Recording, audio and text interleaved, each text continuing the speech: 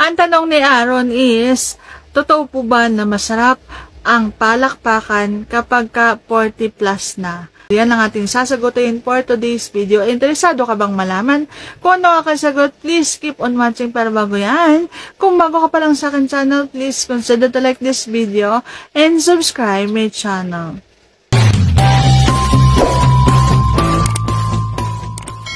So, ang sagot ko po is depende sa tao.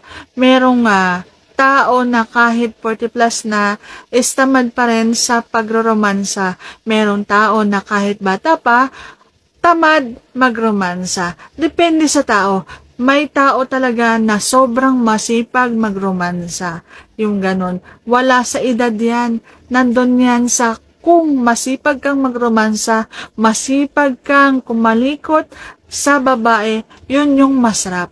Masarap yung kapalakpakan mo kapag ka maraming ginagawa, kapag ka masipag, hindi yung tamad tamad sa kama, tamad sa kung ano ang gagawin sa'yo para masarapan ka, lalo-lalo na kung mainipin at mabilis labasan. Yung mga ganon, hindi masarap kapag ka mabilis labasan ang kasama mo. Depende na lang yun kung halimbawa, narumansa ka ng tama, nauna ka, yung mga ganon. Kapag ka halimbawang lagi ka nabibitin, hindi masarap.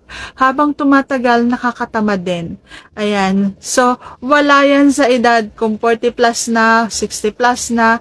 Basta magaling kang trumabaho, masipag ka sa ibabaw, masipag kang magtrabaho sa kama, masipag kang magromansa, yun yung masarap.